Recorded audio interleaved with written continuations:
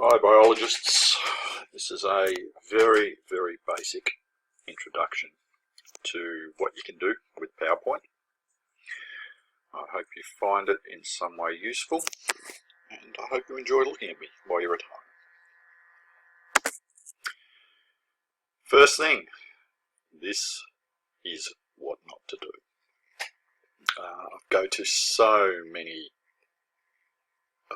meetings, in services, whatever you want to call them, where people present information using PowerPoint, and they do it so profoundly badly, it is just mind-numbing.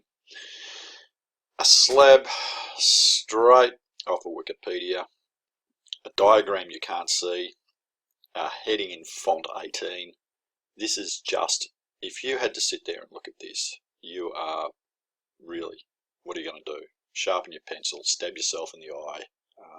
It's just a ridiculous way to try and present a concept. Whereas, now this is nuclear fission. You know, a whole lot of words, sentences, names, dates. You know, really, what have you learned from looking at that in the last 30 seconds? I would suggest nothing.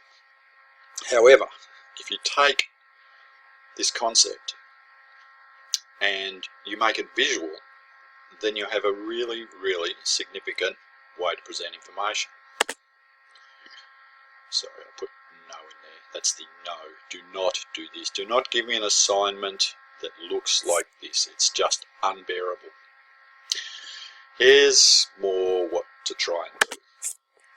Now this is again nuclear fission. And what I've done is a very simple, I haven't got carried away with this, but here's a very simple animation. Okay, we have some protons smashing into some other protons, releasing energy, and so forth. Now that's really all the information that was back here. The no, don't do it, is contained in this.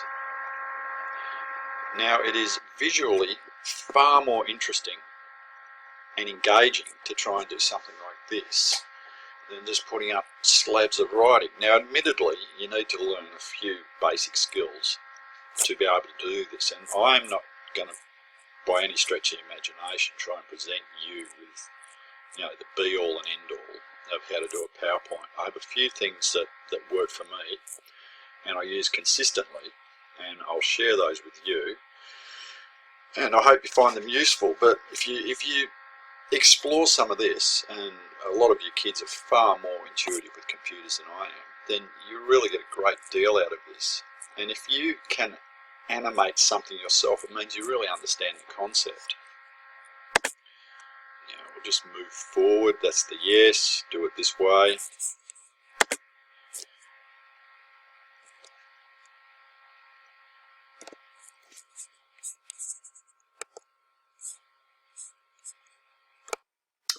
Hi gang, sorry about that. I just had to change a couple of things on my own computer. Now, before you get going with this, it's really handy. I'll just turn that animation pane off. It's really important to have a couple of things set up in your quick access toolbar, which is the bit up the top here, and also I'm going to get you to pin one thing down the bottom to the task bar. Now, the first thing you'll use all the time, if you come up to Insert and you come over to Text Box, right click, Add to Quick Access Toolbar. Now when you do that, it comes up on the top left hand side here, which means while you're working you can quickly click on it, and that will add then a text box to anything that you're doing. Now also important to add up there is if you click on animations, you can then add, just right click on animation pane, add to quick access toolbars. Now that puts that up there as well, and I'll show you why you'll need that in a minute. Now, what else is important?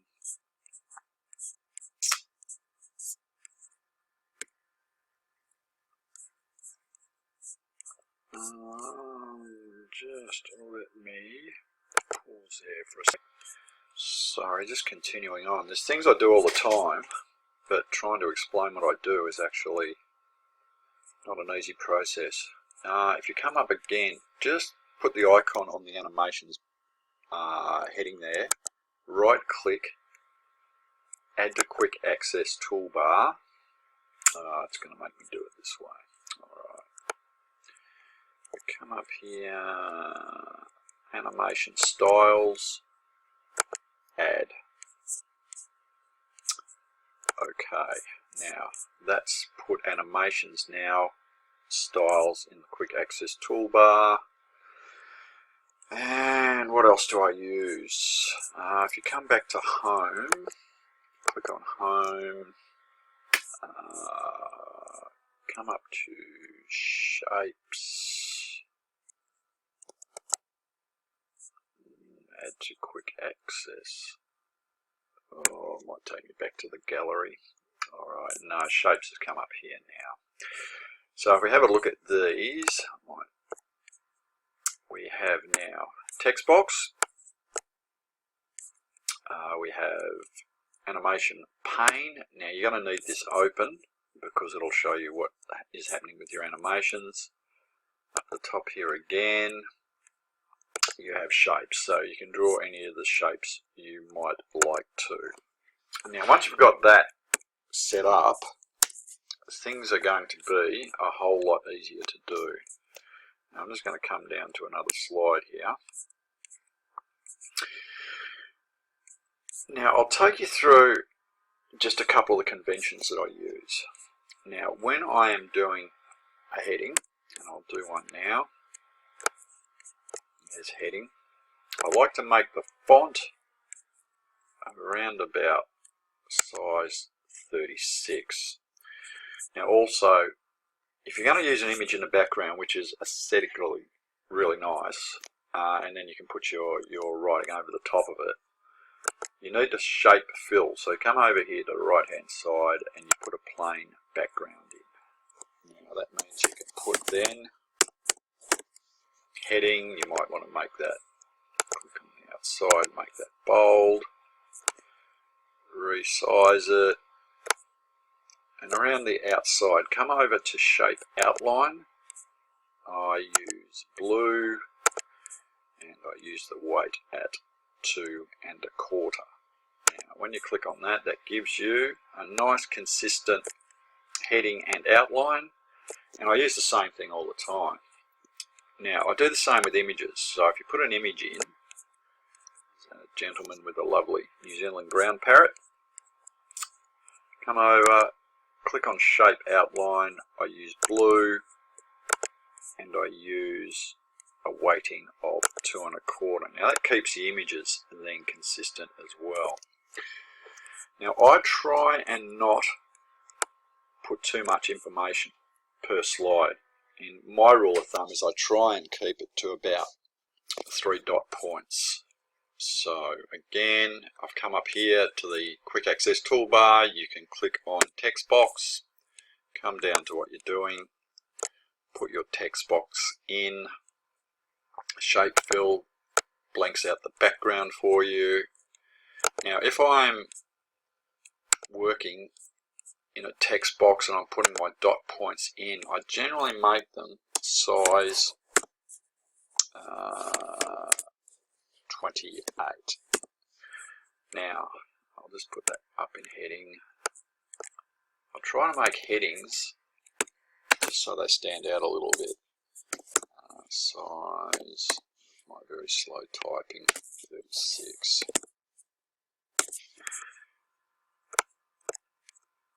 Now that will give you a distinct difference between your heading and then the rest of what you're working with.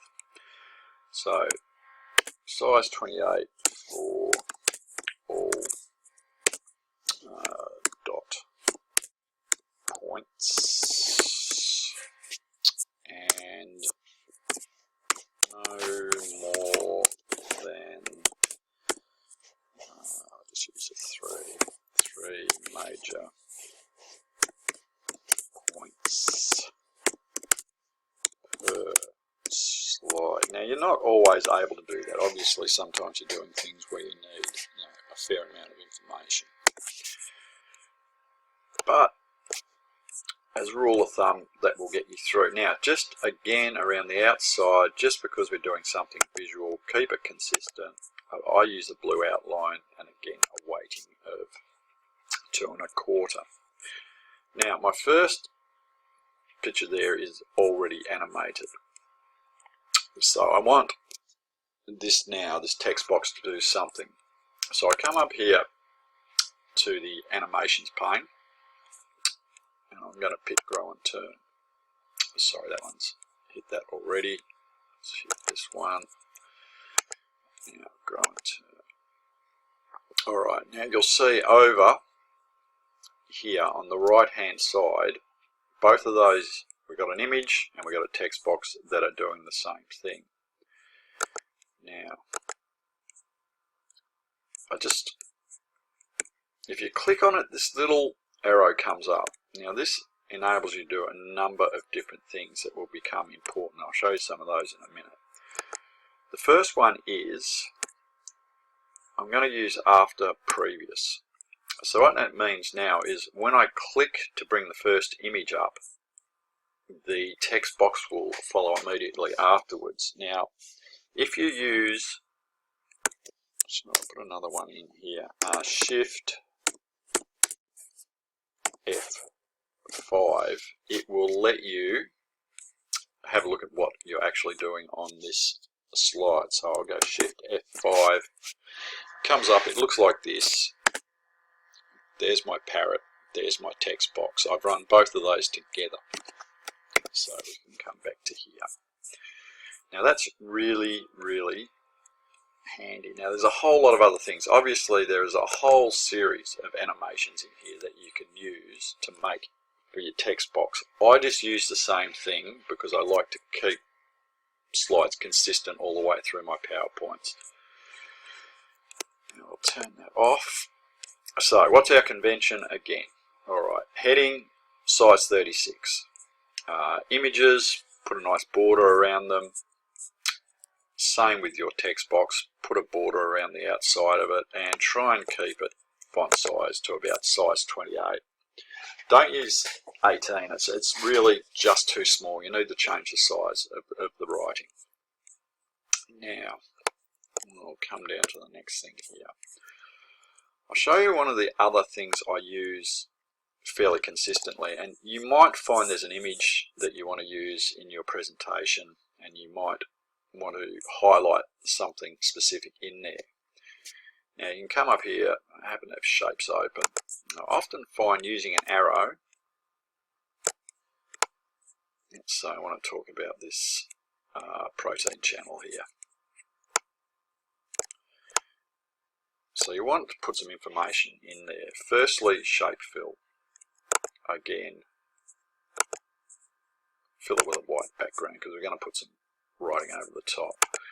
Outline, as usual, I use a blue, and when I come down here, I might make it weighting is about 3 this time.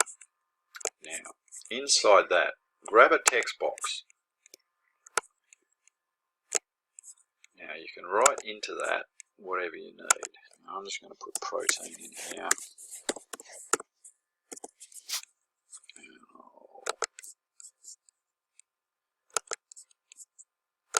Now I want to make that bold.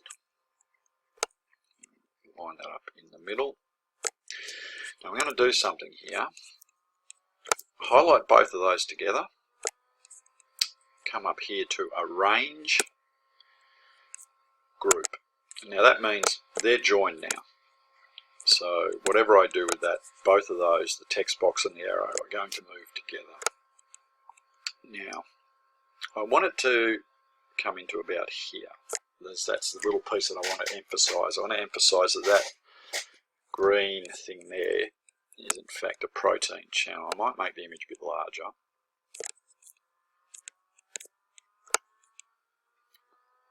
I'll have that point in. Now, I want that to come into screen and to highlight this channel. So here's what I'm going to do. I click on this, I come up to animation. I'm going to use this time one called fly in. So we click on that, but clearly that's just flying up from the bottom and it's flying up way too fast, so that's not of a great deal of use. I come over here to the animation pane, I click on the small drop down, and I'm going to come down to firstly effects options. Click on that. Direction, I want my arrow to come in from the left, so I click on left. I'm going to come over to timing. I don't want it to come in too fast, so I come down here, I click on the duration, and I'm going to click medium, and that's going to be okay. Now what that means is that that arrow is now going to come in from the right hand side at a medium speed. So again, Shift F5, here's my image, I hit the cursor, and there we go, my arrow comes in and points something out.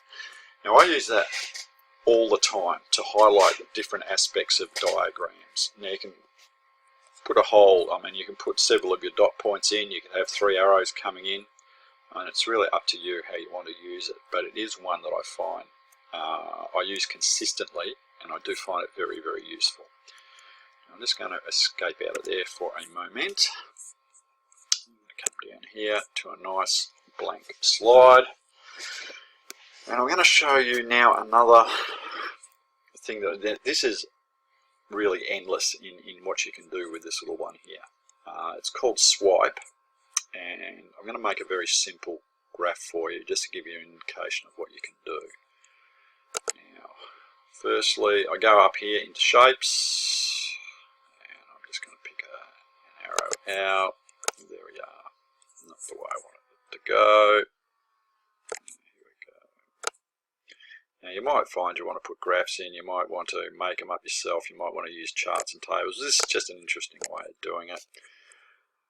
When you come over to shape outline, you can make that then as thick as you want. Now because I'm doing a graph, I'll make it a 3, and I'll change the colour to this time black. Now I can also Control copy, Control V will give me another arrow. Now I can use that to make the bottom of my axis. There we are. Give myself a little bit more room. Now, again, you can put those together.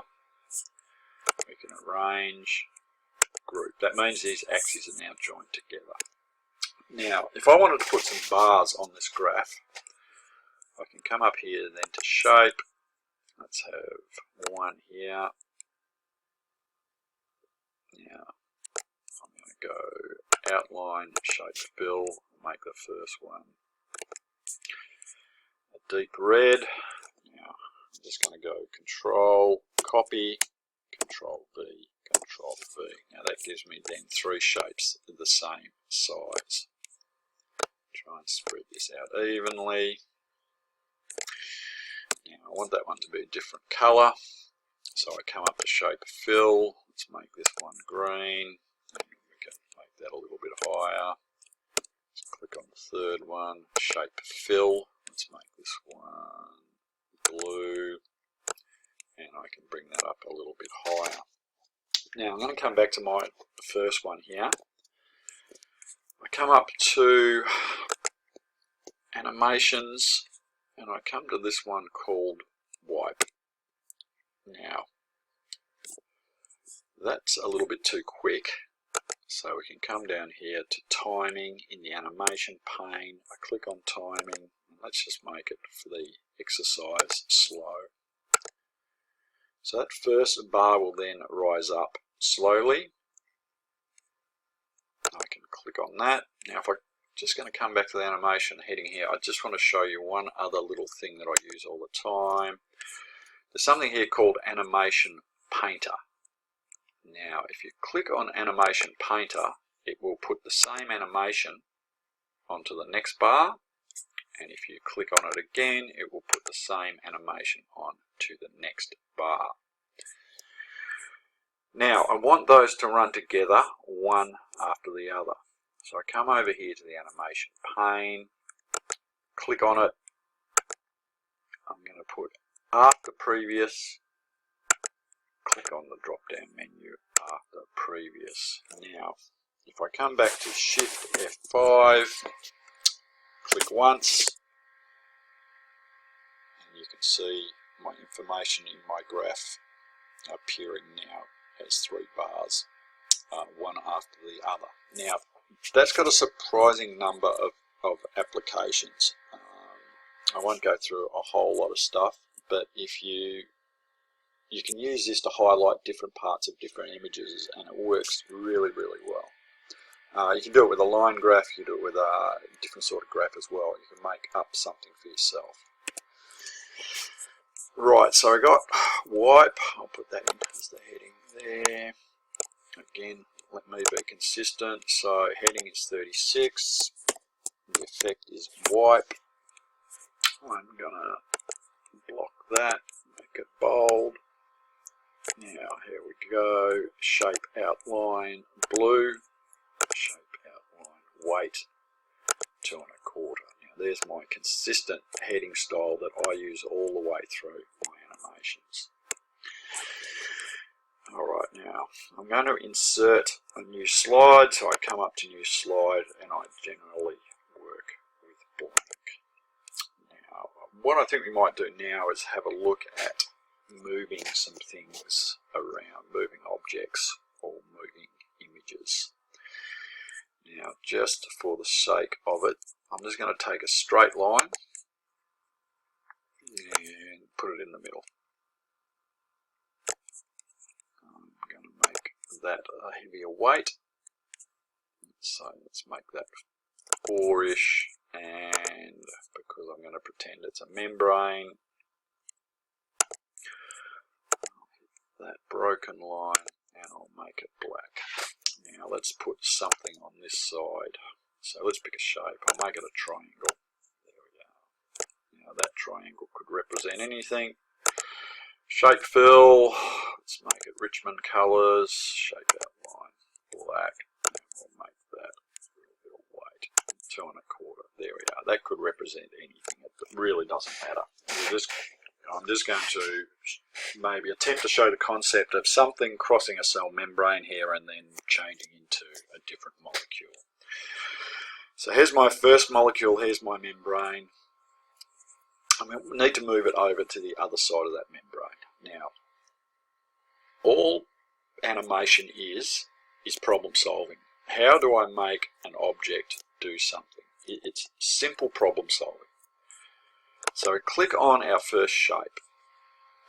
I come up here. Now I come down to the bottom of the menu here, and you'll see something here called motion paths. Now you can use any of this. I tend to use straight lines, or I tend to use a custom path. I don't use a whole lot of other stuff. But if you come down to the actual one that says motion paths, you can find exactly where you want it to go. Now I need it to move to the right. So here it is here. I click on right. Okay. Now that is showing me it's only moved that far, but I actually want that now to move a bit further. So I'm going to bring it over to here.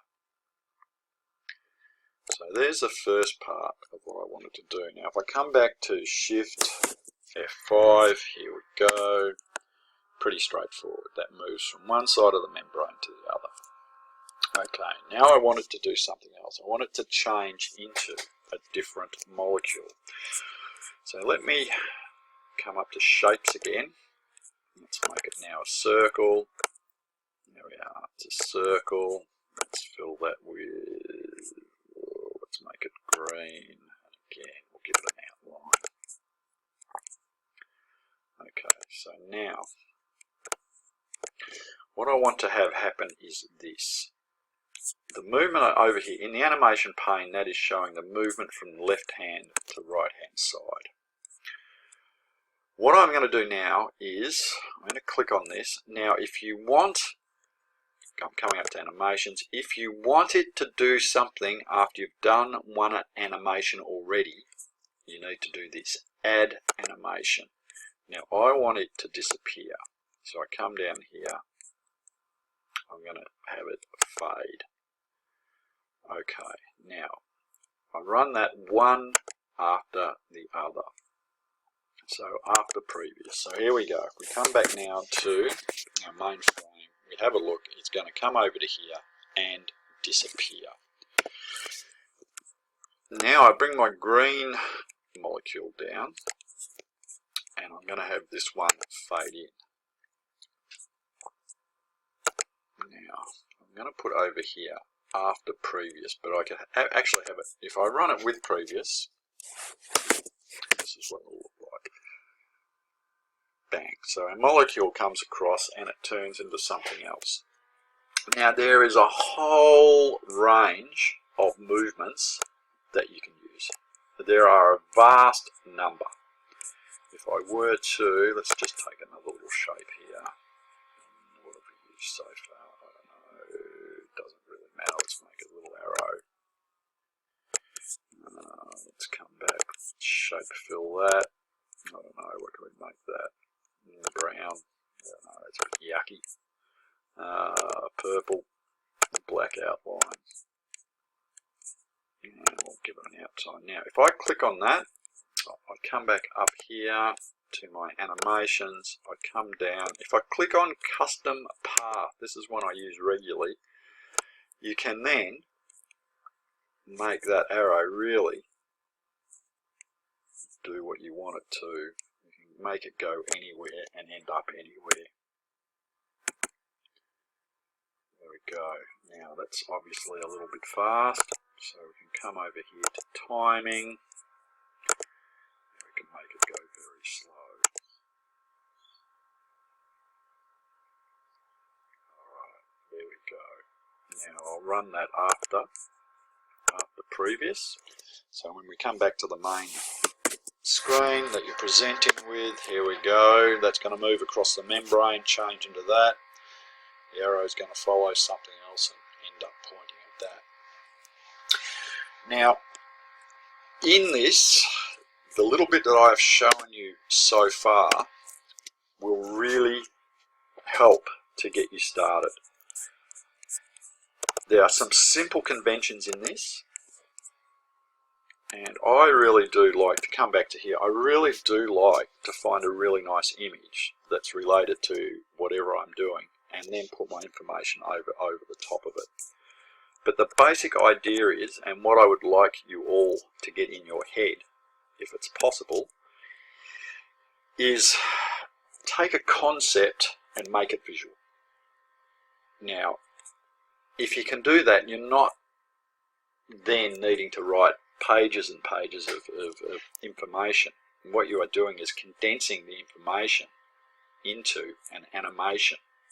Now, if you are able to do that for your assignment, I will mark that significantly highly, because it means to me, one, you've taken the time to work out what this program can do, and you've also taken the time to make a visual representation of your information. Okay, now if you come across something and you want to make an animation happen, you're not sure how to do it, if you go into,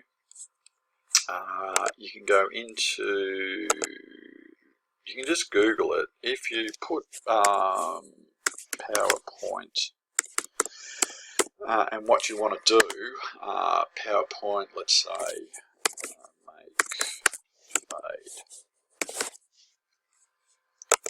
make picture fade into background.